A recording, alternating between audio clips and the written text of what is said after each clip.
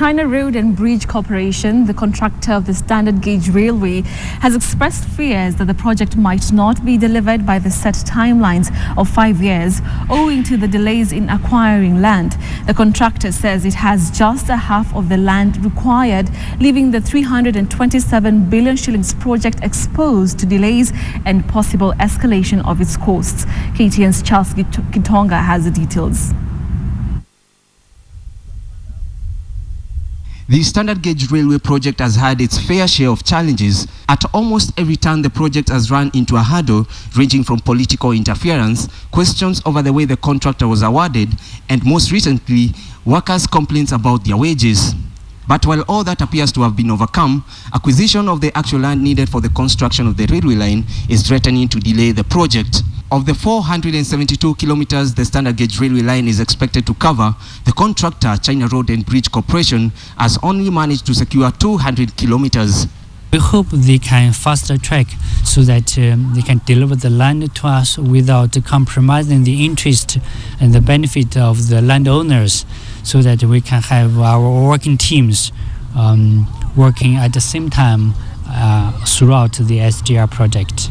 In October of last year, the Kenya Railways Corporation and the Wildlife Service delivered 142 kilometers of land to the contractor and another 33 kilometers in January of this year.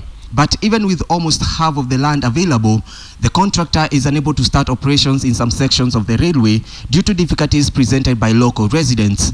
We are still having some small issues with some landowners. Maybe they don't give the correct bank accounts information. But the government, which has had a tough task acquiring the land, sought to assure the contractor that the issue will be addressed. We have witnessed in some lower coastal parts of Kenya where the residents have already been paid, and even the areas where we are having some few charges.